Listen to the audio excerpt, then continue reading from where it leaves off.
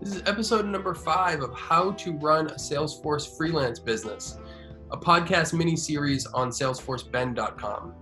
My name is Brian Shea. I'm a Salesforce architect, I'm a self-employed consultant, and I am the host.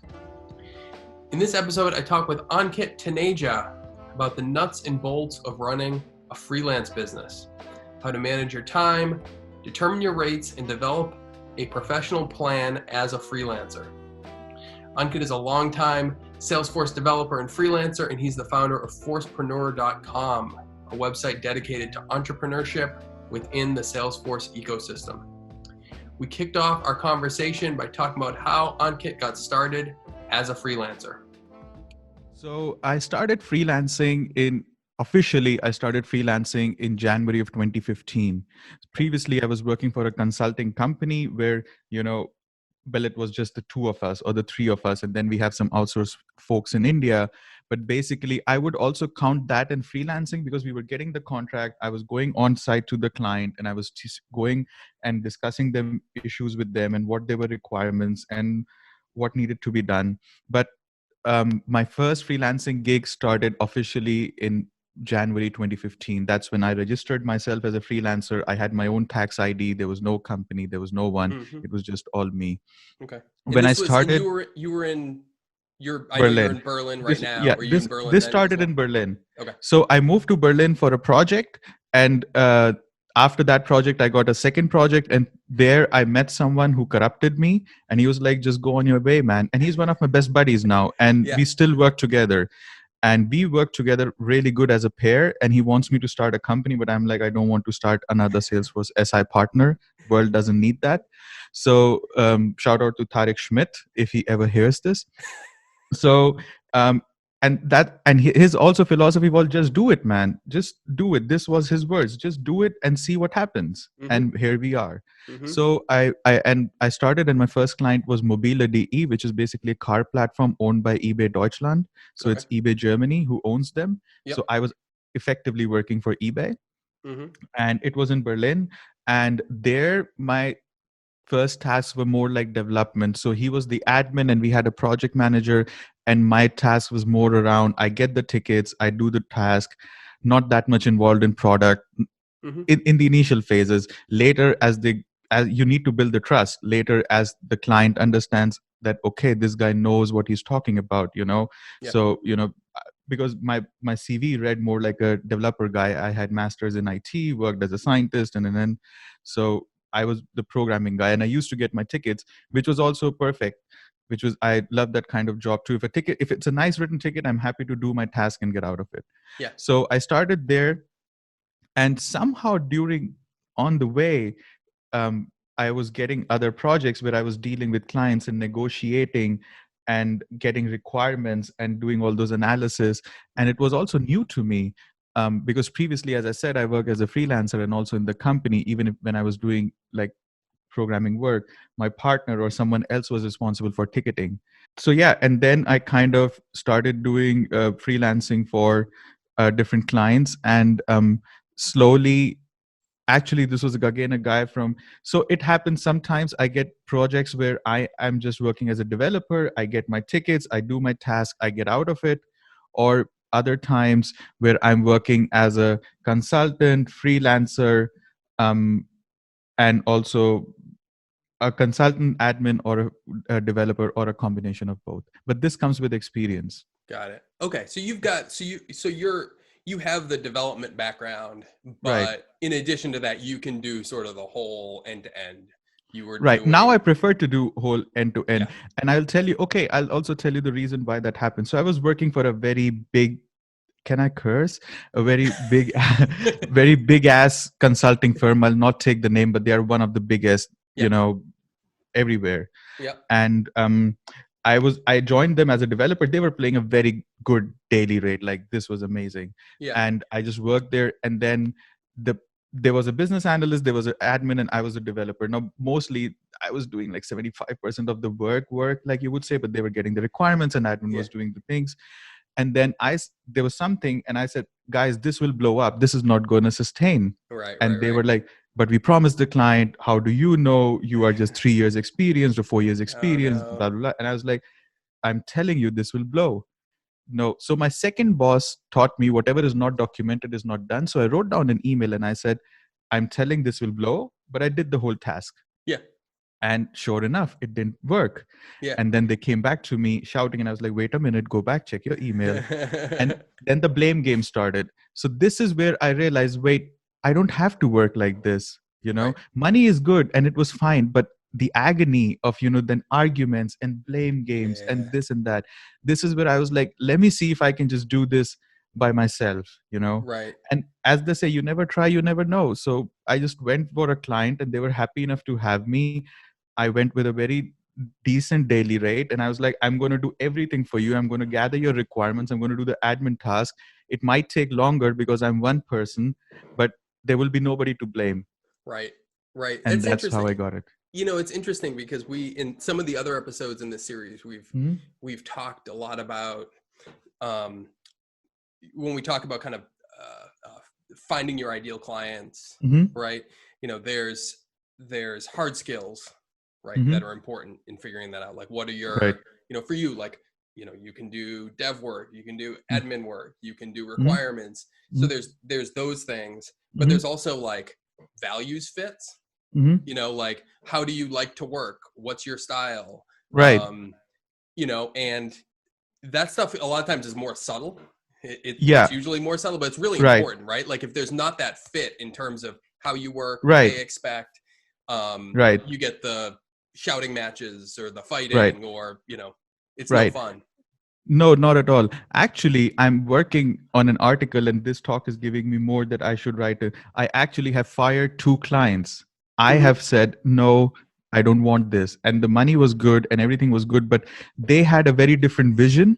Yeah. And I joined them as a consultant. And my job, I think, is to help you. I'm the catalyst. We are the catalyst. We are supposed to make the company or the sales or the customer service do their job better. Yeah. But we were totally not aligned. And I was like, this is fine, which is fair enough. And to many people surprised, they were like, how can you say no? You are a consultant. That's your job. You get the job, you do the job, you get paid, get out of it. Yeah. And I'm like, no, but if I'm not feeling it, I don't have to do it. And it can also be in a full-time job. That's why people switch and people change. So that value alignment is important. And as you rightly mentioned, it's very subtle. Yeah. But if it's not there, then no amount of money will make you happy. It's one of those things where you look at the engagement, you look at the project, right? And you're like, they want development, they want Apex work, and I know Apex, and they want requirements, and I like doing requirements, and you look at it and you're like, why isn't this working? And it's because something subtle, like maybe it's like, hey, Ankit really values doing a great architecture, like solid architecture that's going to last and years down the road. We can look at the data model that we created and it's still awesome, right? But the client wants, like, we want to get to market as fast as possible. Exactly. And if you don't identify that that's a difference, you're like, why is this frustrating? Why isn't this working? And that's when I quit. And I liked the product so much that I was like, so this was a startup here in Berlin, and they just had a seed round. So they were about to raise Series A. So I said, I'm going to give you a 40% discount right now, so you can pay me that. And and I gave them a discount on my rate. It was a very fancy deal that I made for them, and I learned, don't do it again. And I said, when you get your Series A, then you can pay me the money. Yeah. And this was exactly the thing. I was like, tell me what you want need to be done. And they were like, they had someone who had used Salesforce before, and he wanted it exactly like he was doing before. And I was like, I'm not a copy paste machine, I'm not a Xerox machine. Like, just make it out. Tell me what you want and I'll make it for you. Yeah. And then he called the old admin. He gave him a URL hack. Of course, URL hack worked. This is 2014, 15. So the URLs are same. The IDs are same. Yeah. And it worked. The next day he's showing to me, you see, I did it. We don't need you. And it happened once and twice and thrice. And I was like, you know what? I'm out of here. It's fine. Yeah. I think you need other things. But I had to bargain my invoice with them like buying vegetables, man. It was sad. See, these are the real stories here. Right. So one of the questions that that comes up a lot Mhm.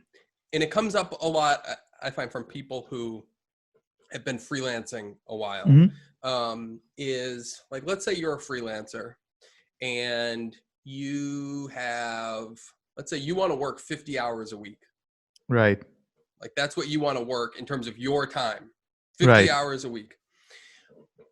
What, in your experience, what would Right. be the percent of that time that you would expect to be actually billable? Because there's a difference there, right? Like there's stuff you need to do to just run Right. your freelance business, right? Like Right. admin stuff, marketing stuff, hopefully. Exactly. So talk about that a little bit in your experience. So you can work 50 hours a week. You can also work 60 hours a week. Depends on what you want to do. Yeah. So at some point, I did this mistake of taking 2 or 3 clients because it was in the beginning and I was just looking at money, money, money, Yeah. and I was just like, yeah, let's do this. And you can also build 60 hours, but then you don't have any life. You have Right. nothing. Like Right. you are making 100 grand a month. Sorry, Yep. not a month, a year, but let's say Yep. 10 grand a Yep. month, Yep. which is way a lot of money, but Yep. you have no time to spend it. Yep. So you need to understand that this business is being a freelancer is not just about I put in my 40 hours. When you are a full-time employee, I'm coming to the point which you want to make, then you work your 40 hours, but you don't have to care about the administration. Mm-hmm. Where is your insurance coming from? Who's Mm-hmm. paying your salary? Everything gets credited because somebody Yep. is doing that job. Yep. Now when you are the freelancer, so either you get someone doing that job but then Yep. you pay for it, Yep. but then what's the point of doing it? So I like to control everything. Like, I do most of the stuff myself. So I would say, like, if you have, let's say you have 350 days in a year, there are 124 weekends, then there are 20 vacations, and some other days you are 14 days sick on average, people say. So Yep. there are like around 120 workable days. Yep. Out of that, and then okay, I'll come back to that. Let's say you want to work for 5 days a week. Now it again depends. Do you want to write your bill weekly? So I know in UK a lot of people write their bill weekly, and you need to do your hourly things. I do Mm-hmm. it monthly, but Yeah, I I do it also monthly too. calculate my time at the end of the day. So at the end of the day, I fill in a timesheet, and then it's like my time is there. So I have an automated process. You need to set up some automation if you want to save time. But if you want to work 40 hours a week of freelancing, you can do that, but there is also the overhead of invoicing, Yep. managing what you need to done, what you did. And also what I like to do is also do a review. Don't just think every hour is a billable hour. Like Mm-hmm. that's wrong. Like you can, of course you can bill that, but you are doing freelancing not to be a slave. You're doing freelancing to have that freedom to, Mm-hmm. okay, look back and retrospect, or do some other stuff like doing a podcast or writing a blog or doing something about it, which is also marketing and adding to your brand Right. value. You cannot quantify that in, oh, I'm missing out on 60, 70, or 100 euros. Yeah. That's going to multiply. It's a multiplier thingy, and it's a long game. Right. It's a Don't way play to the get short work in game. the Yeah, future. Yeah. If you're doing a right. blog or a podcast or whatever, or Exactly. networking or whatever it may be. Exactly. Yeah. So if you want to work 40, 60 hours, and sometimes I have done that when clients have deadlines and I did not have time, then plan accordingly. Then next week, just plan yourself for 10 hours. Mm, And with time, as we age, as we both know, right. your body needs time to recover. You're not 20 anymore. You cannot go partying on Friday and go to office on Monday with red eyes. And you can do that, but your brain won't function. Right. No amount of coffee will help. Right. Right. Right. Yeah. No, it's true. And it's like particularly with all of it, with the admin work, but with the Mm, marketing work, mm, too, particularly the marketing work, it only works if you do a little bit at a time, right? Like exactly. if you're like, hey, I've got work for 6 months, and then 2 weeks before the 6 months are up, you're like, I'm gonna I'm gonna spend 30 hours a week trying to drum up some work. It's Right. not a great way to do it. So you got to invest that like 5 or 10 hours a week every week. Right. Depends. So when I started doing podcasting, I'm again, so this is a bad habit since school, like learning just before the exam. So if tomorrow is there's the exam, then you put an all-nighter and you cram it all in. Yeah, yeah, And this is was also was getting with my podcast, where like if tomorrow is the release, then tonight I just on short notice cancel dinner and plans and girlfriend and like editing the episode, writing the blog. And I was like, wait, this is not why I'm doing this. This Yeah. is not how it's supposed to be. Yeah. I'm releasing one episode a month. It's not that much of hard work. So now, as soon as I find a block of 30 minutes or I'm not feeling motivated to write some code, I would open my audio editor, Ableton, and just edit 10 minutes of an episode. It takes me half an hour, maybe 45 minutes. If it's good, just 10 minutes, and just Yep. do that 10 minutes and move on. Yep. And now I'm done with my episodes much before release, because and I am done 2-3 episodes in advance. So if I'm on vacation, I don't have to worry about it. Yeah. Yeah. So you need to build that. You need to make that habit of, okay, I want to spend like 1 hour. And again, it's something that accumulates over time. If you just open a website, write 10 blogs, they will not appear in Google. That's not how crawling works. Yeah. You need to build it over time. Yep. So we're talking about hours a week. Curious, for the work, it sounds like from the work that you've done, you've generally done hourly billing. Right. Have you ever done any like fixed cost type of engagements as a freelancer? No. So I personally go and I always say that I want to work hourly because, again, as I said, I like my life outside office as much as I like my life inside office, and clients like that too. So if I finish something at 4 p.m. and let's say I have to write a new class, but I know a class will take 4 to 8 hours, give or take how hard it is, then I don't want to start today for 2 hours and then continue the next day. I would take my day off. Yeah. And then go and have a 6-pack of beer with my friends, or just go cycling, play table tennis, whatever fancies me. Yeah. So that's why I like working on hourly rate, because then the client is happy. The work is done. The client doesn't have to pay me. And again, this is learned when I worked for other big consulting firms who had daily targets and all of that. I worked for them, and then I was like, hey, I want to leave now. The work is done. And they were like, but if you go, you just left yesterday also like early. And I was like, but hey, the work is done, right? Yeah. And I'm not asking you more hours. Yeah, and you're but paying we me. need You're to paying write me by more the hours. hour. Yeah. Right. But they are writing my hours further. So I'm like, I don't care. Yeah. And then there was another discussion. So we are doing freelancing so that we can have the opportunity to have that freedom. Some days, for example, some days I work 9 to 7 in the evening, so 9 in the morning, 7 in the evening, and then I also bill 10 hours because I was like, today it was the day where I was in the zone and I felt and I just did it. Yeah. So I like hourly billing for that ways. Some people prefer fixed. Yeah, I did. I had done fixed in the past. I feel like a few years ago I was reading a lot of stuff that said, as a consultant, you should do fixed because that's a good way to do it, because you can you don't want to connect your time right to the billables. And what I found was, in general, with the fixed stuff, I wasn't great at estimating. Right. So right. Nobody is. Right. Then you get in there and you're like, oh my God, it's way more. And it's doing the hourly. I've just found it's much easier. Right. It's much easier to adjust, and we can, right. We're talking about hours, the client knows, and you can communicate like, oh, this thing was, we thought it was going to be 20 hours. It's 30 hours, much easier to communicate stuff and have things change and let the client, as you collectively learn new things about what they're trying to do. Right. You give them the choice of like, hey, do you want me to spend 40 hours on this feature, or do you want me to spend 0 hours on this feature? And you can let them choose, as opposed to like when it's fixed and it's like, you said you were going to do this feature, I would give everyone a golden tip. Clients love it. So whenever I plan, let's say, a new feature or a small class or an API, I would say give and take, the whole thing will take me 1.5 days. Normally can take less, can take more, 1.5. I usually would say, let's say 2 days. If you go to the client and if you say, hey, this is done in 1 day, and now they suddenly see, oh, I'm saving X times 8. You gain that kind of respect, and they're every time happy. They're every time. No client ever came to me and said, oh, I cannot pay you for 2 days now. Oh, that's sad. Right, right, right. Nobody. On Yeah. the other hand, this also helps you. Sometimes that also happens that I said 2 days and something happened which you didn't know. And now I had to research. 99% of the time, it has been that it's a bug in Salesforce. And then I was like, I contact the PM and all of that. It happens.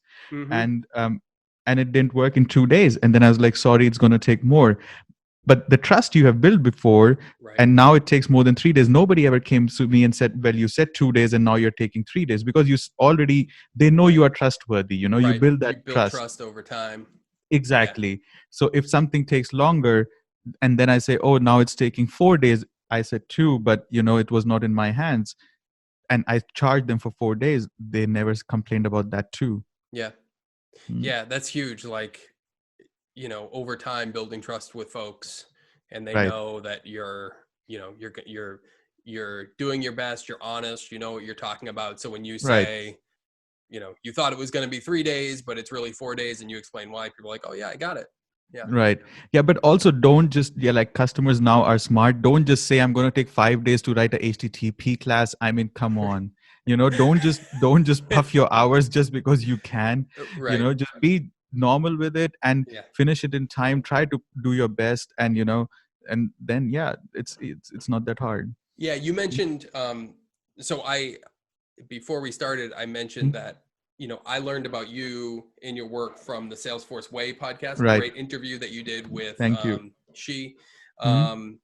And there was a couple things that stood out to me from that conversation. Hmm. One of them was, it sounds very simple, but Hmm. um, it's a very good point, which is like, you get hired, Hmm. you do good work, Right. people recognize that you do good work, and it builds Hmm. from there. Hmm. Right. Like Right. you read a lot of like business stuff where there's all these like hacks for like, rates and getting new clients and this Right. and that. And Right. it's like, the hacks are fine, but like, Right. if you're not like bringing great value to people, Right. the hacks don't work. Right. You got to Right. bring good value. You got to be straight up with people, Right. build trust the old fashioned way. And I thought Right. that was great advice.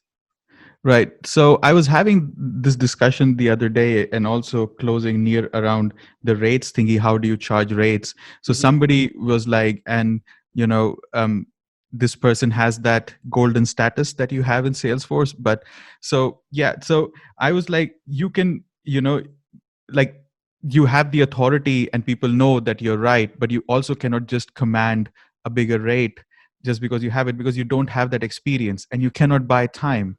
I Mm-hmm. can now command a bigger rate because now I have that 5-8 years of experience. But if you're Right. just 2-3-4 years in the industry and you are an authority and people know you're right, you cannot say, okay, I'm going to take 110 $120 or euros an hour, because you don't have that experience, Mm-hmm. and that is something you cannot buy.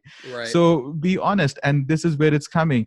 Gain experience, make your portfolio, make more projects. One way that you can gain more experience is you can run yourself out, like do 2 or 3 or 4 projects in parallel, really screw yourself up, and I will not recommend it to anyone. Yeah. But that way would be that at the end of the year, let's say you have 10 projects finished, lost all your hair, but 10 project finished, then you have that experience. Then you can say, okay, I can now take that 110 120, crossing that 3-digit golden mark. Yeah.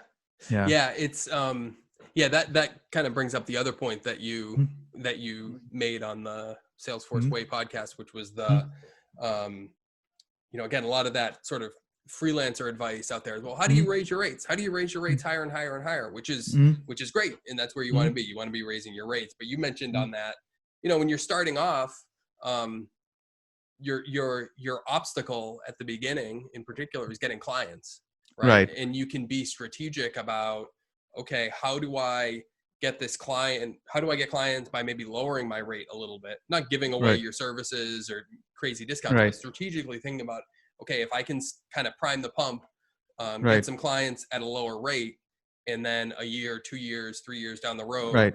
a plan for raising your rates. I thought that was great advice.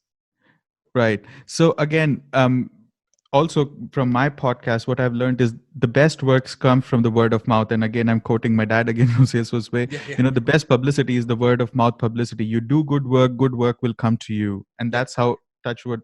until now it has worked for me that way. Yeah. Same thing with rates. So I'll give an example here. So I'm thinking about, because a lot of people ask me, how do you do how do you do Salesforce freelancing? So I'm now offering one-on-one coaching, and this would be one of the ways. So you can go to forcepreneur.com/coaching, and you would be able to book a session with me with one-on-one coaching. It can be an hour, or it can be a 2 hour, and Mm-hmm. then we can discuss how I can help you.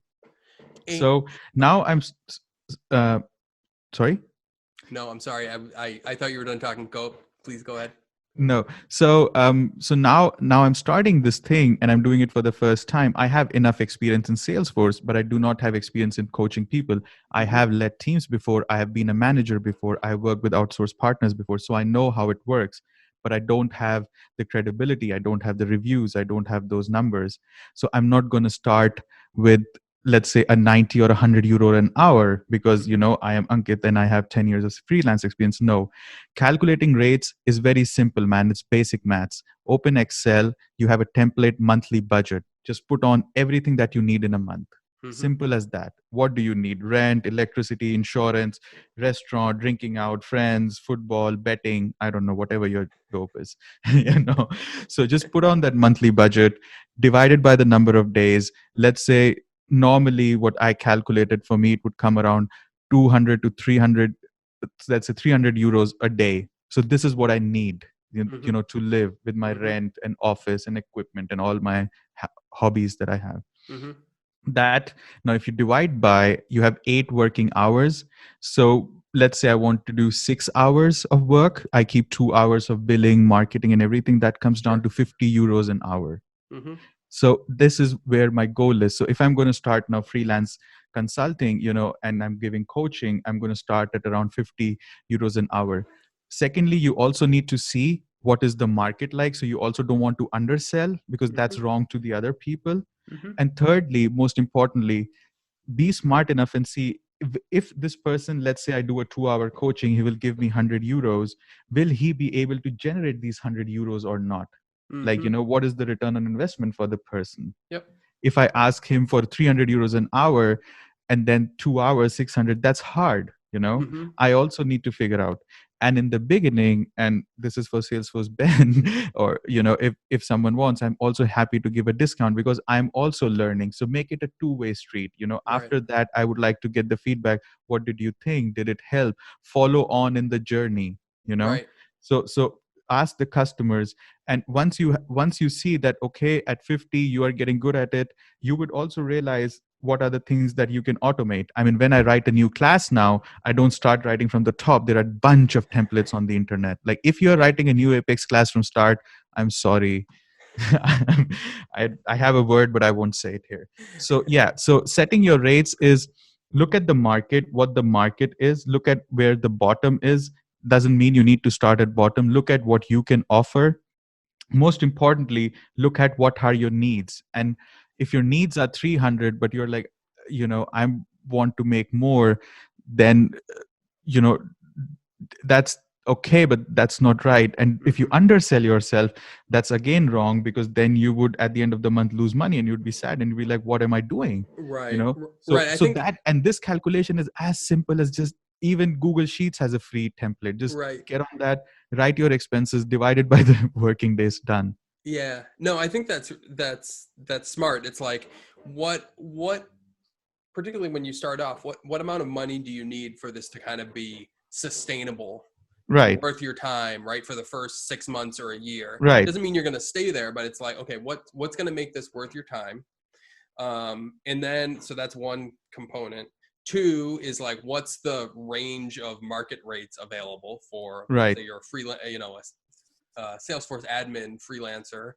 right, What's the range of rates that are available?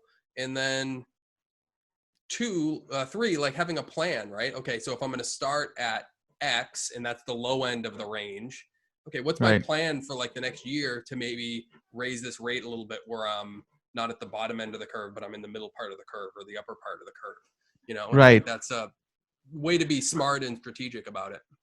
Right. I think it's important. Like one of the things that as freelancer that I do, and I can also recommend everyone is I do my own 6 month reviews. Like Mm, customers don't do feedback. So I do my own right. 6 month reviews. I do my own yearly review. I sit down. There's no girlfriend. It's serious. I am being serious and honest to myself. Yep. And, I mean, I also have a bottle of wine, but it's serious, Yeah. and wine makes it more serious. So it's just like looking at yourself and being like, hey, where am I? What am I doing? Yeah. I have a bunch of friends and we are very honest with each other. Like I'm asking, what are you charging these days? He's asking, what are you charging these Mm-hmm. days? It's important to also build that network with some people. And I don't know why sometimes people are so shy about sharing their daily rate. Like, what is, I mean, Right. we are living in information age. If you Google and Glassdoor, you have tons of information. I'm like, bro, I have these bunch of people whom are very honest, and I'm like, okay, and this is good so that build that group of trust, because when you're a freelancer you should understand you're a lone wolf, Yeah. and it's better to hunt in packs. Right. Right. Right. Right. The it's funny you mentioned the doing the 6 month every 6 months Right. checking in. One of in another episode Hmm. of this series, Hmm. I talked with Susan Bayer, who's Hmm. she does market research.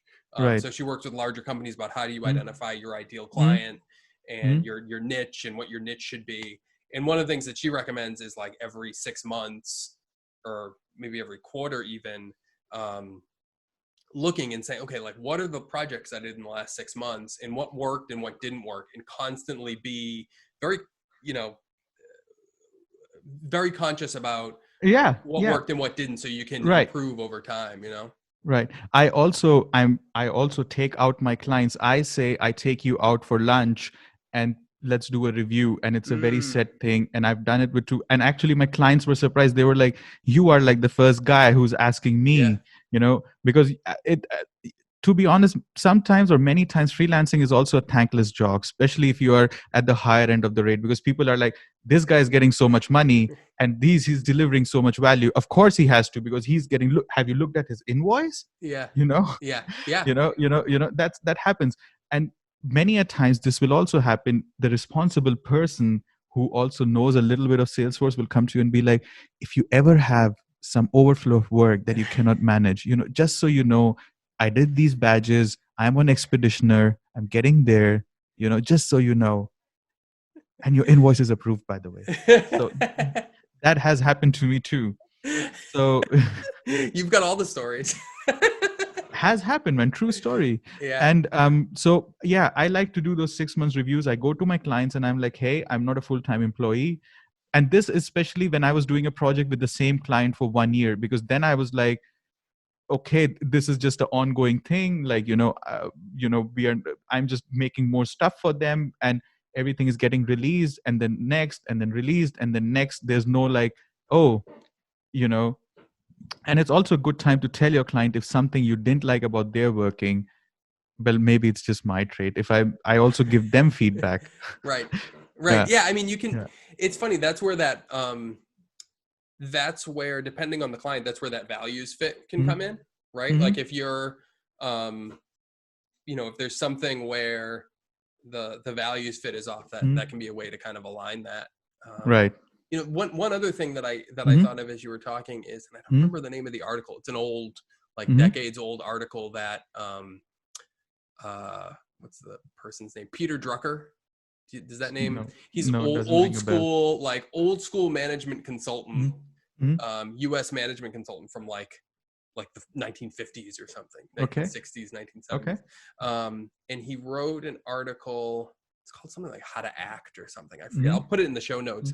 But he has Okay. this thing where he said you should journal, and every new initiative or every new project you do, when you start, you should write out how you expect it to go. So basically you write down your hypothesis of Mm-hmm. how the project goes. So like for you, it's like you got a new client and your job is to, I don't know, build an API for them, Mm-hmm. right? Mm-hmm. When you start it off, you kind of write down, okay, I think this is going to go well because I love coding and they need me to code an API, Mm-hmm. and we talked Mm-hmm. and they said they want this and this, and you Mm-hmm. write down like Mm-hmm. what you thought. And every 6 months you go back and you look at what you thought was going to happen and Right. what actually happened, right? And you Right. get this great learning because when it's all done, you say, oh, this happened, this happened, this happened. But when you write it down, you get the retrospective of like, oh, what I thought was going to happen. Because nothing ever really turns out the way you thought. So you can kind of get a No. sense of where you were right and where you can improve. Absolutely. I think it's very important. One thing that I learned from F1, I follow F1 and Mercedes boss Toto Wolff. Like when he's going on long haul flights, we as this generation Z or whatever you want to call it have forgotten the art of thinking and contemplation, man. We have so much of information at our phones. You are just busy, busy, busy, busy. When he takes long haul flights, he doesn't switch on the entertainment. He lies down in his first class cabin, and then he thinks I do it on my couch. Mm-hmm. So every 3 or 4 weeks, it's just something that comes from inside. My girlfriend knows it, that this is, and it usually happens on a Saturday during the day after lunch. So like in the afternoon, I would just sit, maybe meditate for a little and write a diary, and have a diary with me, like a notepad, and just let the thoughts cross my mind, and just let the thinking be. And it can be business, it can also be a lot of time personal stuff, and just Yeah. write it down. There's no judging of the thought. That's also important to contemplate and see, but this is just my way of doing. And this is also where I build on stuff for that 6 months revenue, because in 6 months you generally, like if you ask me what happened in the beginning of Jan, I would forget. Now we are at 1st of July. So it's important to keep doing those 3-4 week reviews, and that at the end of the year, then at the end of 6 months you're like, oh, here I have it, just Yeah. all that corrected. Yeah. That's awesome. That's good. I love that kind of stuff. I love the, um, how do you kind of step back, Right. think, be strategic, but think about what you're looking for, because it's so easy to just get, like you said, caught up in the day to day, in the Right. information, and people are asking for things. Then all of a sudden, it's like a year down the road, and you're like, I'm working like crazy, and I'm doing stuff, but I don't like it, and doesn't work for me. Something that came out for me out of this was, so a lot of my initial uh, projects were programming, and a lot of them were focused around Service Cloud. Like Mm-hmm. I would call myself a champ in Service Cloud. Like that's my hood, Mm-hmm. like cases and servicing and Mm-hmm. email automation and stuff Yep. like that. And then I was like, man, I call myself a Salesforce professional, but I've hardly ever done anything in like Sales Cloud or like B2B and the lead and that part of it. Mm-hmm. So I was like, okay, I'm not going to say yes to any more Service Cloud projects because I had enough of them. Yeah. So then I was like, I was looking for more, and I started taking more Sales Cloud projects because I wanted to improve myself in that. Then that happened. Then somebody came in and he was like, I was like, I've not built an app for the App Exchange. I want to be, you want to be on top of the game. And if you keep doing the same thing, you will not learn new things. So you should also choose your projects accordingly. Yeah. And then I was like, somebody came in, can you make an app for App Exchange? I was like, sure. That was my first project. And then I gave them a 10% discount because I was like, I need this project because I want to make an app for the App Exchange. Yeah. Oh, that's cool. That's really cool. Yeah. One of the things I wanted to talk to you about was like, how do you, if you're a freelancer, right, you're kind of in charge of your own development, right? There's Right. no company that's going to say, okay, we'll send you to training to do this new Yeah. thing, or Yeah. you're the one that needs to be thinking, Yeah. in your case, right? Like, okay, I've done Service Cloud, but I want to do something else. Or, other people may say, I've done Service Cloud, I'm going to double down on that and go deep, deep, deep into that. Right. Whatever Right. it may be, whatever you decide Right. your direction is, it's like, it's really on you to think about what that is. And that's the sort of the beauty of freelancing. If you don't do it, it can be one of the challenges of freelancing, right? If you're not thinking strategically about where you want to go. Right. But it can be really powerful if you take advantage of that opportunity. Again, as I mentioned, so you need to be strategic about it, and you also need to see your need in it. So when I did that app course, I went down on my rate because I was like, I cannot charge what I charge because this is not Service Cloud, this is not Sales Cloud. And I was honest about with them. And I said, let's do a 2 week plus I'll put a week buffer on it because I don't know. I know this thing, but I don't know this thing will come out as we plan. Yeah. So we put like a 2 week, like 10 day, and then this, and they just needed a very basic app for the App Exchange, unmanaged package, stuff like that. And I took, so 15 days were planned and I finished it in 12 days. Yeah. And it took more than 2 days, but I was honest about it. and then I had 3 days of more vacation. So it was my wish of developing the skills. Yeah, One that's of the awesome. things that I am learning right now, which my girlfriend just read an article somewhere about, is investing in yourself, which is, let's say, in terms of Salesforce certifications. So I just have 2 of them. Mm-hmm. And to me, it's like, why am I spending these $400 but I'm not getting a new project? So no, it's an important investment, and I'm learning now. And the other thing is, sure, you have the experience, but I mean, Jesus, every Tom, Dick, and Harry has like 6, 7 certifications now in Salesforce. Mate, you are like, either I'm old or I'm dumb. I don't know which one, maybe both. You Yeah. know, so Well, it's there are funny. guys popping out of university, and they are like, we have 6 certifications and 3 times Ranger. Look at you, Grandpa, and you're You're, like, huh? I David from SFDC 99, Sure, David everybody Wu. knows Yeah. David. Yeah. This dude is everywhere, you know. Yeah, he's on this podcast actually. He's in this is episode, we're doing episode 5. Hmm. He's in episode 3. But anyway, he wrote this great article a couple months ago about How I think many it's certifications do you need? the elephant in the room. Uh-huh. Did you see that, where it's like No. he basically says, and this is great, he's like, the certification thing, the certification system isn't perfect, right? And he acknowledges that, like, some people Right. game the Game. system, or some people are just like, they have no experience in Service Cloud, but they study and they take the test and they're like, I'm a Service Cloud expert, but they've never built Right. anything. So Right. it's possible to game the system, but his thing is like, basically, if you're Salesforce professional, it's like the tax, right? It's like Yeah. the tax. It's not perfect, but if you opt out of that system, you're only hurting yourself. And I thought that was Right. it was a good article. I'll put it in the show notes. Right. It was good. No, Very good article by David. I liked it. right. But he also wrote the article, how many, like, he refreshes it every year. How many certifications do you need every year? And every time I look at the article and I'm like, man, I'm so behind. So I think in 2016 it was 5, then like last year it was 8, and this year it was 9. And now I was like, it's so far away, let it be, let it So be. you made a strategic decision to opt out. Yeah. So that's fine. Yeah. That's funny. Yeah. I got to check that So article. I've seen it. I've never actually read it though, but I'll check it out. yeah, the title says it all. How many certifications do you Yeah. need?